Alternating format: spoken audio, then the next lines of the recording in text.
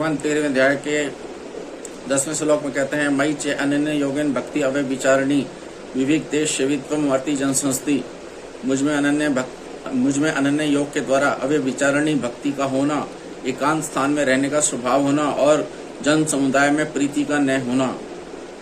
मयि च अनन्य योगेन भक्ति अव्यय विचारिणी। संसार का आश्रय लेने के कारण साधक का देहाभिमान बना रहता है। यह देहाभिमान व्यक्ति के ज्ञान में प्रधान बाधा है। इसको दूर करने के लिए भगवान यहाँ तत्व ज्ञान का उद्देश्य रखकर अनन्य योग के द्वारा अपनी अव्यय विचारिणी भक्ति करने का साधन बता रहे हैं। तात्पर्य है कि भक्ति रूप साधन से ही देहाभिमान सुगमता पूर्वक दूर हो सकता है। भगवान के सिवाय और किसी से कुछ भी पाने की इच्छा न हो, अर्थात भगवान के सिवाय मनुष्य, गुरु, देवता, शास्त्र आदि मेरे को उस तत्व का अनुभव करा सकते हैं तथा अपने बल, बुद्धि, योग्यता से मैं उस तत्व को प्राप्त कर लूंगा। इस प्रकार किसी भी वस्तु, व्यक्ति आदि का सहारा न हो और भगवान की कृपा से ही मेरे को उस तत्व का अनुभव होगा। इस प्रकार केवल भगवान का ही सहारा हो, यह भगवान में अनन्य योग होना है। अपना संबंध केवल भगवान के साथ ही हो, दूसरे किसी के साथ किंचन मात्र भी संबंध न हो, यह भगवान में अव्यय विचारिणी भक्ति होना है। तात्पर्य है कि तत्प्राप्ति का साधन उपाय भी भगवान है और साध्य उपाय भी भगवान ही हो। यही अनन्य योग के द्वारा भगवान में अव्यय विचारिणी भक्ति का होना है। जिस साधन में ज्ञान के साथ भक्ति के भी संस्कार हों, उनके लिए यह साधन बहुत उपयोगी है। भक्ति परायण साधक अगर तत्व ज्ञान का उद्देश्य रखकर एकमात्र भगवान का ही आश्रय ग्रहण करता है तो केवल इसी साधन से तत्व ज्ञान की प्राप्ति कर सकता है। गुणातीत होने के उपायों में भी भगवान ने अव्यय विचारिणी भक्ति की बात कही है। शंका, यहाँ तो भक्ति से तत्व ज्ञान की प्राप्ति बताई गई और 18वें अध्याय के 54वें 55वें श्लोक में ज्ञान से भक्ति की प्राप्ति कही गई है, ऐसा क्यों? समाधान, जैसे भक्ति दो प्रकार की होती है, साधन भक्ति और साध्य भक्ति, ऐसे ही ज्ञान भी दो प्रकार का होता है, साधन ज्ञान और साध्य ज्ञान। साध्य भक्ति और साध्य ज्ञान दोनों तत्वतः एक ही हैं। साधन भक्ति और साधन ज्ञान दोनों साध्य भक्ति अथवा साध्य ज्ञान की प्राप्ति के साधन है। अतः जहाँ भक्ति से तत्व ज्ञान, साध्य ज्ञान की प्राप्ति की बात कही है वह भी ठीक है, और जहाँ ज्ञान से पराभक्ति, साध्य भक्ति की प्राप्ति की बात कही है वह भी ठीक है। अतः साधक को चाहिए उसमें कर्म, ज्ञान अथवा भक्ति जिस संस्कार की प्रधानता हो उसी के अनुरूप साधन में लग जाए। सावधानी केवल इतनी रखे कि उद्देश्य केवल परमात्मा का ही हो, प्रकृति अथवा उसके कार्य का नहीं। ऐसा उद्देश्य होने पर वह उसी साधन से परमात्मा को प्राप्त कर लेता है। शंका, भगवान ने ज्ञान के साधनों में अपनी भक्ति को किस लिए बताया है? क्या ज्ञान योग का साधक भगवान की भक्ति भी करता है? समाधान, ज्ञान योग के साधक जिज्ञासु दो प्रकार के होते हैं, भाव प्रधान भक्ति प्रधान और विवेक प्रधान ज्ञान प्रधान। भाव प्रधान जिज्ञासु वह है जो भगवान का आश्रय लेकर तत्व को जानना चाहता है। इसी अध्याय के दूसरे श्लोक में मां, मम, तीसरे में मैं, इसी 10वें श्लोक में मई और 18वें श्लोक में मदभक्त तथा मदभवाय पदों के आने से सिद्ध होता है कि 18वें श्लोक तक भाव प्रधान जिज्ञासु का प्रकरण है, परंतु 19वें से 34वें श्लोक तक एक बार भी अस्मद में वाचक पद का प्रयोग नहीं हुआ है, इसलिए वहाँ विवेक प्रधान जिज्ञासु का प्रकरण है। अतः यहाँ भाव प्रधान जिज्ञासु का प्रसंग होने के कारण ज्ञान के साधनों के अंतर्गत भक्ति रूप साधन का वर्णन किया गया है। दूसरी बात, जैसे सात्विक भोजन की पुष्टि के लिए घी या दूध की आवश्यकता होती है, तो वहाँ घी और दूध सात्विक भोजन के साथ मिलकर भी पुष्टि करते हैं और अकेले अकेले भी पुष्टि करते हैं। ऐसे ही भगवान की भक्ति ज्ञान के साधनों में मिलकर भी परमात्मा प्राप्ति में सहायक होती है और अकेले भी गुणातीत बना देती है। पतंजलि योग दर्शन में भी परमात्मा प्राप्ति के लिए अष्टांग योग के साधनों में सहायक रूप से ईश्वर प्रणिधान अर्थात भक्ति रूप नियम कहा है और उसी भक्ति को स्वतंत्र रूप से भी कहा है। इससे सिद्ध होता है कि भक्ति रूप साधन अपनी एक अलग विशेषता रखता है। इस विशेषता के कारण ज्ञान के साधनों में भक्ति का वर्णन किया गया है।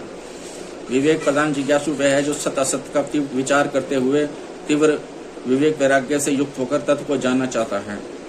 विचार करके देखा जाए तो आजकल आध्यात्मिक जिज्ञासा की कमी और भोगासक्ति की बहुलता के कारण विवेक प्रधान जिज्ञासु बहुत कम देखने में आते हैं। ऐसे साधकों के लिए भक्ति रूप साधन बहुत उपयोगी है। अतः यहाँ भक्ति का वर्णन करना युक्ति संगत प्रतीत होता है।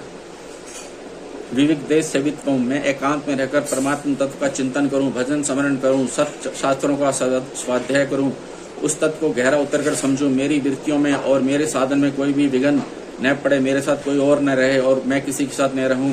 साधक की ऐसी स्वाभाविक अभिलाषा का नाम विविक देश सेवित्व है। तात्पर्य यह हुआ कि साधक की रुचि तो एकांत में रहने की होनी चाहिए, पर ऐसा एकांत न मिले तो मन में किंचन मात्र भी विकार नहीं होना चाहिए। उसके मन में यही विचार होना चाहिए कि संसार के संग का संयोग का तो स्वतः ही वियोग हो रहा है और स्वरूप में असंगता स्वतः सिद्ध है। इस स्वतः सिद्ध असंगता में संसार का संग संयोग संबंध कभी हो ही नहीं सकता, अतः संसार का संग कभी बाधक हो ही नहीं सकता। केवल निर्जन वन में आदि में जाकर और अकेले पड़े रहकर यह मान लेना कि मैं एकांत स्थान में हूँ वास्तव में भूल ही है, क्योंकि संपूर्ण संसार का बीज या शरीर तो साथ में ही है। जब तक इस शरीर के साथ संबंध है तब तक संपूर्ण संसार के साथ संबंध बना हुआ है। और एकांत स्थान में जाने का लाभ तभी है जब देहाभिमान के नाश का उद्देश्य मुख्य हो।